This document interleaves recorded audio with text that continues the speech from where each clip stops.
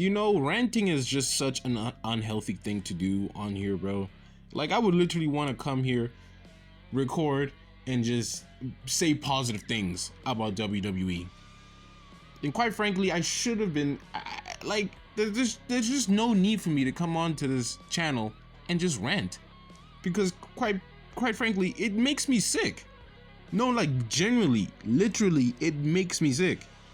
The negativity I just instill upon myself is just so unalarmingly bad, bro. I kid you not, bro. I'm out here creating new words I don't even think exists in the dictionary, but we gon' ball. Fuck it, we gon' ball. Ladies and gentlemen, welcome back to the channel. It's your boy Troy Yeager. I'm back again, guys, with another one. Back again with another lit video. Today, I'm just gonna be doing a little bit of a short review to talk about what the heck was that on Monday Night Raw. I'm actually gonna talk about two things. I'm not gonna talk about the whole Raw entirely because that will just take a little bit more time, and I don't want to get into much details and all that stuff. I feel like these two things are mostly important to talk about, and it is Joe Hendry and Danhausen's concert segment, Roman Reigns and Seth Rollins' main event segment. I have a problem with that in its entirety. But first, I want to get to the Danhausen and Joe Hendry segment. First and foremost, I am not one to kill the fun. I'm not a buzz killer. You know what I'm saying? I'm not a fun buzz killer or whatever you guys would say, or oh, you don't like wrestling if you don't take the comedy aspect. I appreciate comedy when it's done right. I appreciate a rock concert when it's done right. I appreciate a Stone Cold concert when it's done right. Mainly because they're unfiltered. Mainly because it's not planned what they're gonna say or sing up there, which makes it funny. This was planned and coordinated, and that made it so much worse. Joe Hendry and Danhausen are two of the top prospects in the WWE. You know, Danhausen is, I think, he's more of the bigger money market than Joe Hendry, respectfully. Because ever since Joe Hendry came to the WWE, they neutered him down to a T, bro. I don't think Joe Hendry's initial thought coming into the WWE was to become just a comedy guy or whatnot, because dog, Joe Hendry is a former TNA World Champion. Now, that's not to say that Joe Hendry's never gonna come up and just become a big time player and all that stuff. He could, I mean, and that's just coming from me. I know a lot of people might not believe that, but he could. Maybe an upper mid-carder at that. So for him to participate in this segment was just so unalarmingly bad, and it's just so baffling to me how this company likes to overdo things. Like they like abusing a good thing, bro. Like Danhausen. Danhausen is by far the most profitable star in the WWE of 2026, bar none. Like ever since he came to the WWE, they've utilized him properly. They've utilized him correctly.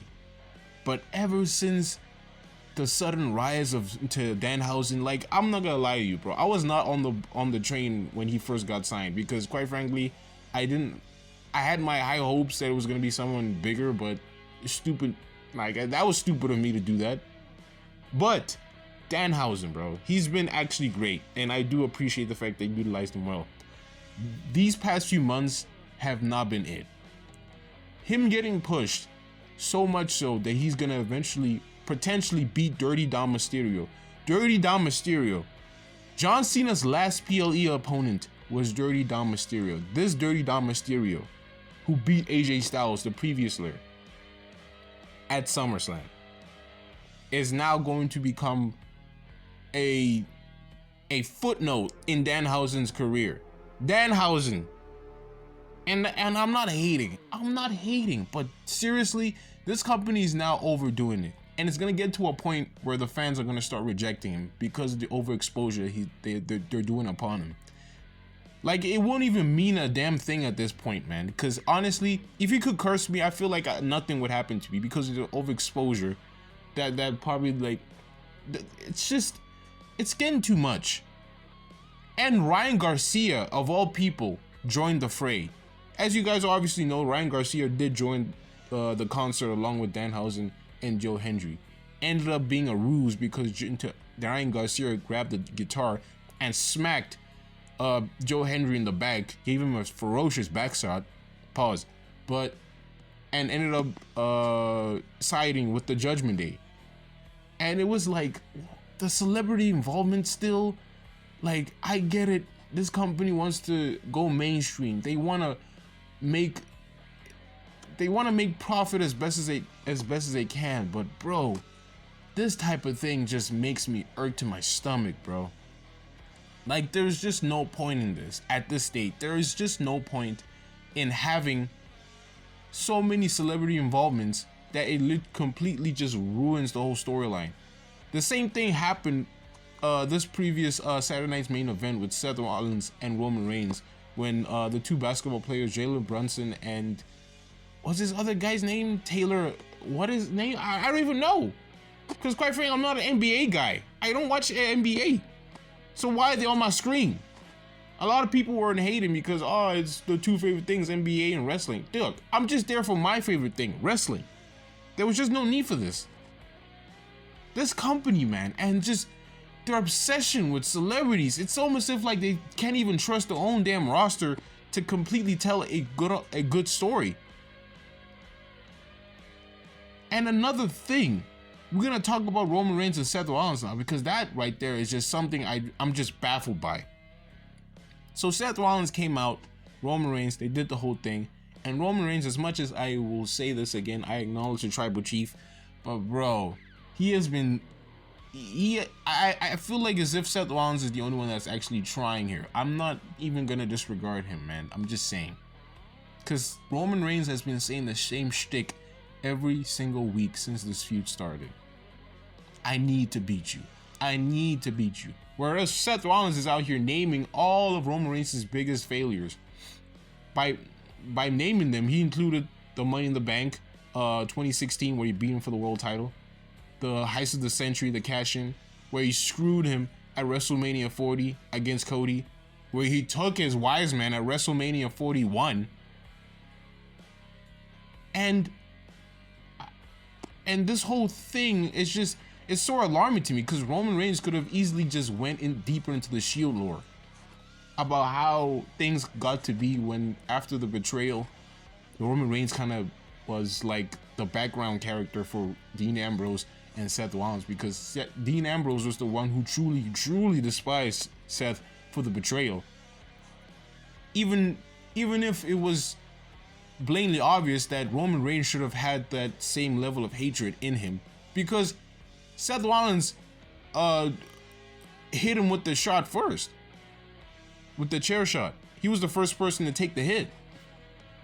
So Roman could have easily just went into his back and easily told him the resentment that he had, even after they forgave each other and got back together as the Shield in their last run.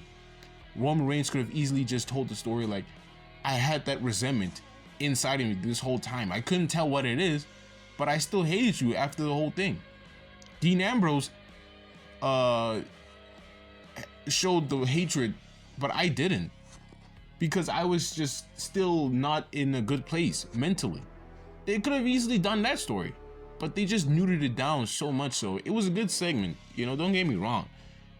But the level of idea saying that he needed to beat him, is that all you wanted to do, is just to beat him?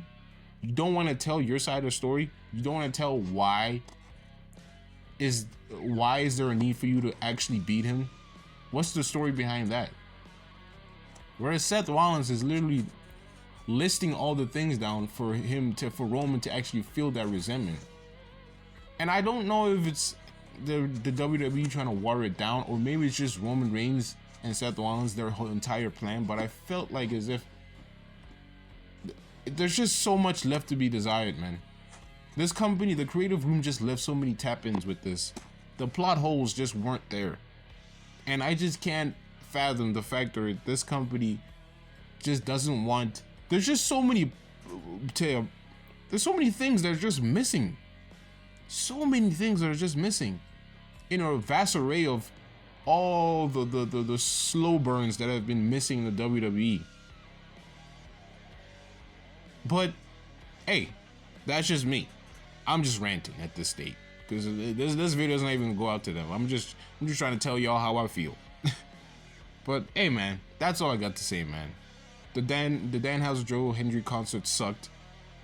Roman Reigns and Seth Rollins just left a lot to be desired. And SummerSlam's this weekend, so probably look out for predictions there. But other than that, man, I ain't feeling it. The only match I'm hyped for is Oba and Brock.